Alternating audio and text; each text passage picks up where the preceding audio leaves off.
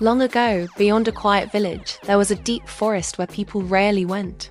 In that forest lived two blind witches. Their names were Mara and Sira. Years earlier, a mysterious curse had taken their sight. They could not see the sun, the moon, or the faces of people. Yet they possessed powerful magic and sharp senses that allowed them to feel the world around them. But the two witches were very different.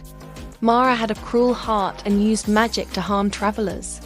Sira had a kind spirit and used magic to help lost people find their way. Because they could not see, they depended on sounds, footsteps, and the wind to understand what was happening around them. Still, they lived together in a crooked wooden hut deep in the forest. One stormy evening, a young village boy named Toma wandered into the forest while searching for his missing goat. Rain poured heavily, and darkness quickly covered the path. Soon Toma realized he was lost. As he walked through the trees, he suddenly saw a faint light coming from a hut. Inside the hut, the two witches heard his footsteps.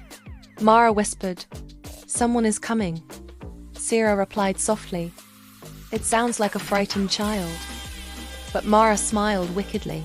"Then tonight we shall have some fun." When Toma knocked on the door, Sira opened it.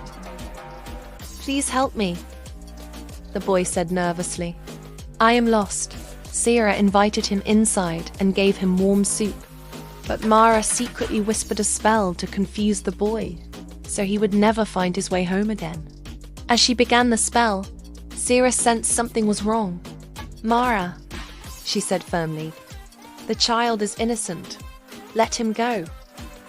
Mara laughed. "You are weak, sister. The world has never been kind to us."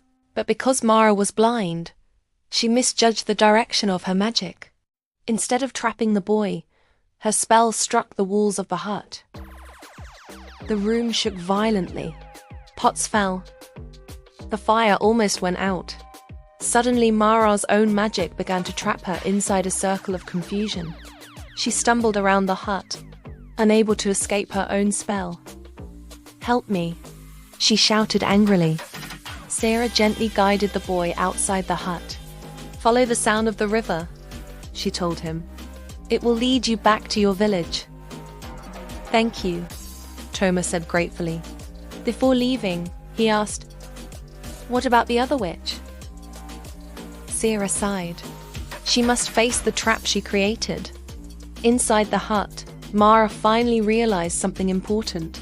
Her cruelty had only harmed herself. Days later, Mara begged Sira to free her from the magical confusion. Sira eventually helped her, but she said firmly, "Magic without kindness leads only to darkness." Ashamed and humbled, Mara slowly began to change. Together, the two blind witches started helping lost travelers instead of harming them. And people in the nearby village soon whispered about the mysterious witches who guided lost souls safely through the forest.